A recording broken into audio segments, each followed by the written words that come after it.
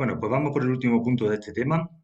Concretamente, vamos a atacar hoy la planificación de las operaciones de los trabajos de aprovechamiento de la madera. Bueno, pues en primer lugar os comento que existen numerosos factores a considerar antes de iniciar cualquier tipo de aprovechamiento de madera, porque hay bastante diferencia entre las cosas que nos podemos encontrar en cualquier tipo de aprovechamiento.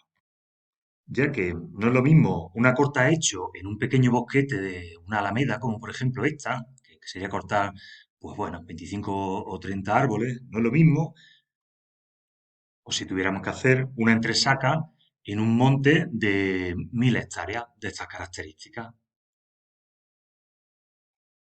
Tampoco igual trabajar en un monte llano, como esto que hay aquí, fácilmente mecanizable, sin muchos obstáculos, o en una zona como esta, la de la imagen, que es pues mucho más difícil el empleo de maquinaria. También es diferente la estrategia, pues cuando existen bastantes infraestructuras, como en este caso una pista forestal muy transitable muy fácilmente, a cuando no existen ni pistas, ni playas para descarga de madera. Playas no me refiero para bañarse, playas me refiero a una campa donde se pueda hacer el acopio de toda la madera, desde donde llevarla luego, cargarla en camiones. Es distinto también. Por decir una última diferencia en la planificación de los trabajos de los aprovechamientos de madera, tampoco es igual las energías que vamos a emplear para ubicar madera de eucalipto, como en este caso, que son maderas que normalmente se utilizan para pasta de papel o para celulosa, para cosas así, tiene un valor de mercado bajo, es muy distinto a si lo que vamos a cubicar otro tipo de maderas más caras, como por ejemplo la madera de haya. Es muy distinto. Imaginaos que vamos a hacer aquí una entresaca y vamos a eliminar algunos pies de madera de haya, pues se trata de maderas nobles de muchísimo más valor. A modo de resumen, os digo que como paso previo a todo proceso de planificación es conveniente antes de iniciar el aprovechamiento tener en cuenta una serie de cosas. Porque lo primero que nos encontramos nosotros es un monte como este. ¿Y qué necesitamos para la planificación? Pues bueno, en primer lugar, habría que analizar si tenemos una red de pistas que está apropiada, está correctamente, si existen algún tipo de restricciones ambientales por tratarse de un parque natural, o hay especies singulares, árboles singulares. Imaginaos, estoy pensando en el pino galapán, ¿no? Árboles singulares, o no sé, o por ejemplo, se me ocurre también que hay nidos de algún tipo de especie, como por ejemplo el buitre negro, que anida en los árboles, pues se tendría que tener en cuenta pues, a la hora de la planificación.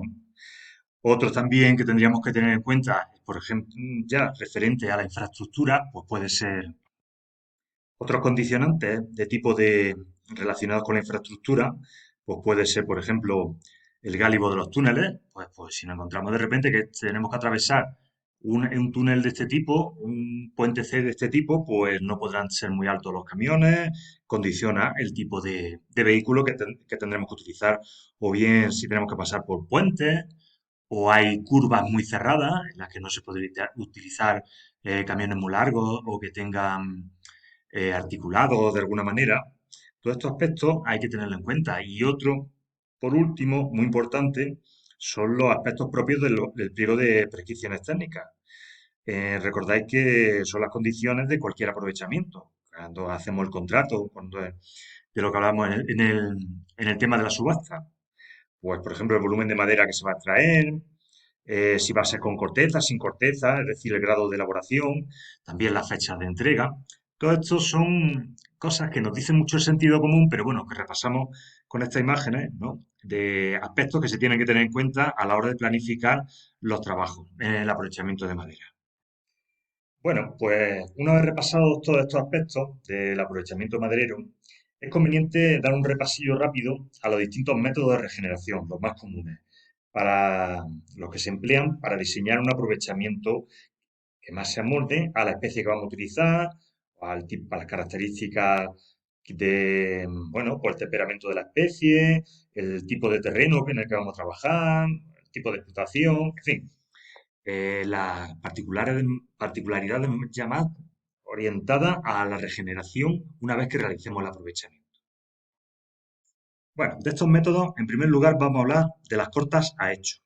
Bueno, pues las cortas a hecho se suele actuar en superficies de reducido tamaño, más o menos de 1 a 4 hectáreas, y en los que se corta con una intensidad muy alta. Es decir, a hecho los cortaríamos todos. Aquí he querido poner una alameda, esto es muy frecuente, que se cortan todos los árboles y al mismo tiempo se repone, a continuación seguidamente. Se reponen todos los árboles. Bueno, pues se suele aplicar en especies de luz que soporten que al colocar la planta pues no tengan otra protección encima, ¿no? Como por ejemplo este ejemplo que acabo de poner. Y no son estos sistemas, estos métodos de regeneración no son muy apropiados en zonas con mucha pendiente, cuando hay poco suelo o en zonas de lluvias torrenciales. Porque daos cuenta que en estas operaciones en las que cortamos todos los árboles, vamos a hacer mucho movimiento del suelo y si hubiera una... Y lo vamos a dejar desprotegido también al quitar todos los árboles hasta que se regenere esa masa. De manera que si cayera una lluvia torrencial fuerte, pues arrastraría todo el suelo. Hay que tener más cuidado en ese aspecto. Algunas variantes de las cortas hecho pueden ser, por ejemplo, las cortas hechos por bosquetes, que es este ejemplo que he querido poner aquí. En este caso, la superficie de corta circular permite una regeneración más homogénea de la zona sobre la que se ha trabajado, al ser circular.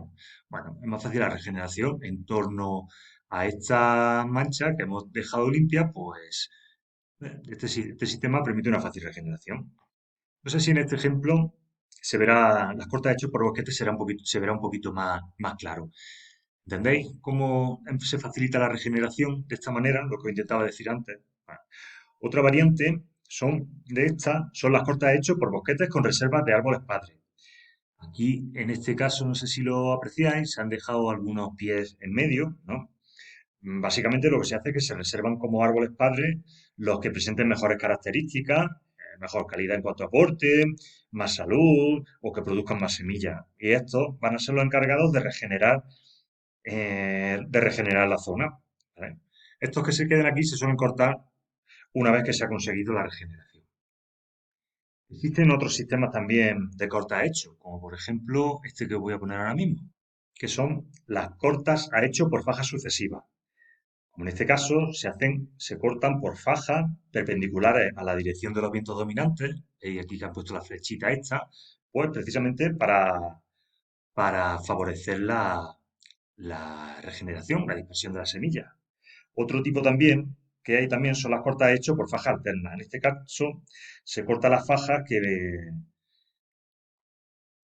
mantienen árboles maduros a ambos lados y se busca siempre la dirección perpendicular a los vientos dominantes, pues precisamente para lo mismo que antes, para favorecer la dispersión de la semilla y por tanto la regeneración. Otro método de regeneración son las cortas por aclareo sucesivo uniforme. Este es más apropiado para especies de media luz que no resistirían una corta a hecho, como las que hemos hablado antes, de tipo de los chopos o de los eucaliptos, que también se cortan toda la vez. Habría que ir cortando poco a poco. Normalmente se actúa en superficie de tamaño mediano, ya de 10 a 20 hectáreas, y se suele realizar 3 cortas a lo largo del turno. Aquí tenemos un esquema que yo creo que con esto se va a quedar bastante claro. Como he dicho, las cortas por aclareo sucesivo uniforme se realizan 3 cortas a lo largo del turno.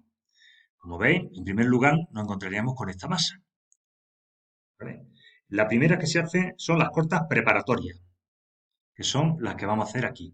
En ellas se eliminan los pies enfermidos digo yo, enfermos, los decrépitos, y se van cortando, pues, por ejemplo, estos que aparecen secos, se van quitando de aquí, o se aclaran también cuando hay bosquetes muy cerrados, muy tupidos, muy densos, pues se van quitando unos pocos pies.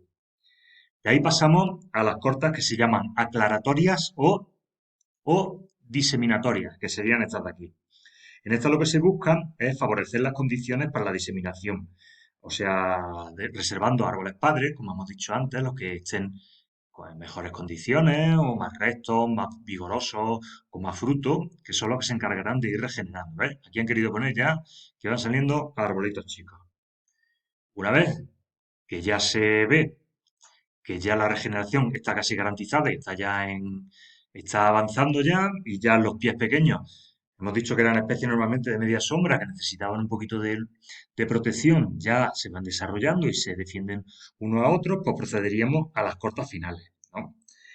Esta, una vez que se ha conseguido la regeneración, como digo, se realiza buscando causar siempre el menor daño posible al regenerado. Claro, que no haya arrastres ni roturas del pequeño regenerado que va saliendo alrededor. Y por último, tenemos las cortas, las denominadas cortas por entresacas.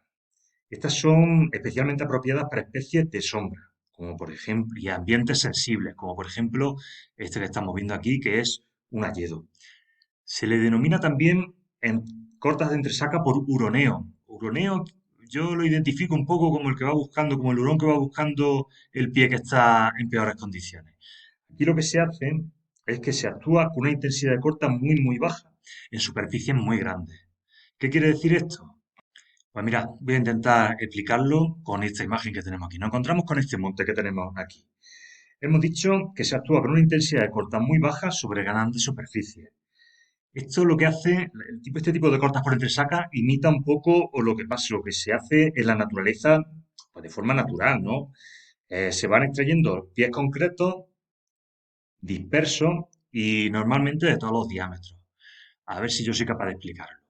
Lo que se hace en la entresaca, pues por ejemplo, aquí podemos cortar uno aquí en esta zona, luego nos vamos a este bajo de aquí que hay más densidad, cortamos uno o dos, siempre buscando las características que nosotros queremos, ¿no? Si son pies, necesitamos para madera de calidad, pues uno que esté recto, por ejemplo, este que son hayas, pues son para madera de alta calidad y son maderas caras, pues buscamos pies concretos. Como os digo, cortamos uno por esta zona de aquí, luego cortamos otro por esta zona de aquí, luego aquí otro, ¿veis? Son cortas por entresaca más o menos disperso, ¿vale? A lo largo de todo el monte. Y como os digo, esto imita más o menos la naturaleza. Se van quitando los pies que nos vayan interesando, ¿vale? Bueno, pues con este vídeo hemos terminado el tema. Espero que no os haya dado mucho la chapa. Y venga, un saludo y hasta luego, adiós.